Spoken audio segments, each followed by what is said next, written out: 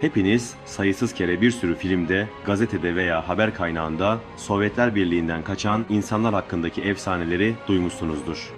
Batı Almanya'ya giden kitleler, Berlin Duvarı'nı aşmaya çalışanlar ya da Kuzey Kore'den Güney Kore'ye geçen insanlar.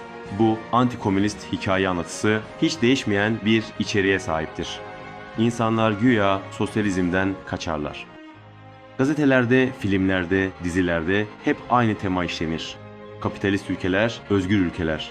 Sosyalist ülkeler ise baskıcı ülkeler olarak yansıtılır. Ama bu anlatının hiç bahsetmediği bir gerçek var. Batı ülkelerinden Sovyetler Birliği'ne doğru yaşanan göçler. Kapitalist ülkelerin yoksulluğundan, sömürüsünden, savaşlarından kaçıp Sovyetler Birliği'ne sığınan milyonlarca insan. Bu insanlar sadece bir ülkeye değil, bir ideale doğru gitmişlerdi. Eşitliğin, dayanışmanın, insan onurunun var olduğu bir dünyaya. Çünkü Batı ülkelerinin özgürlük dediği şey işçiler için işsizlik, sanatçılar için sansür, siyasal muhalifler için zindan demekti. Sovyetler Birliği çok sayıdaki insan için adeta bir sığınak oldu.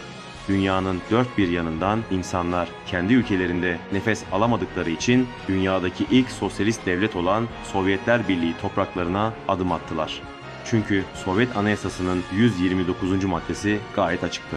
Maddede Sovyet Sosyalist Cumhuriyetler Birliği, emekçilerin çıkarlarını savunmaları, bilimsel faaliyetleri veya ulusal kurtuluş mücadeleleri nedeniyle zulüm gören yabancı vatandaşlara sığınma hakkı tanır ifadesi net bir şekilde yazıyordu.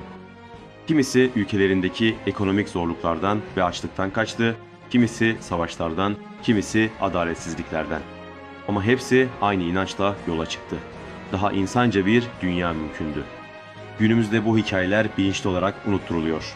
Çünkü bu gerçekler Batı ülkelerinden anlatılan tek yönlü özgürlük masalını yerle bir ediyor.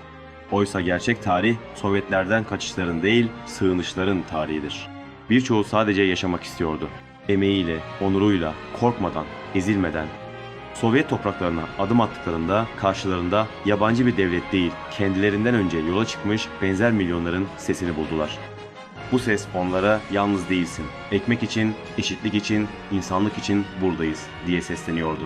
Ve gerçekten de Sovyet topraklarında atılan her adım bir işçinin alın terine veya bir öğretmenin sabrına karıştı. Sovyetler Birliği insanın insana güvenini büyüten bir ülke olmuştu. Bugün o insanlar artık aramızda değil belki. Ama onların hikayesi tarih kitaplarında değil, dünyanın her köşesinde adalet arayanların kalbinde yaşıyor. Çünkü ülkeler yıkılabilir, sistemler sona erebilir. Ancak insanlığın eşitlik ve özgürlük uğruna attığı o adımlar tarihin hiçbir rüzgarıyla silinmez.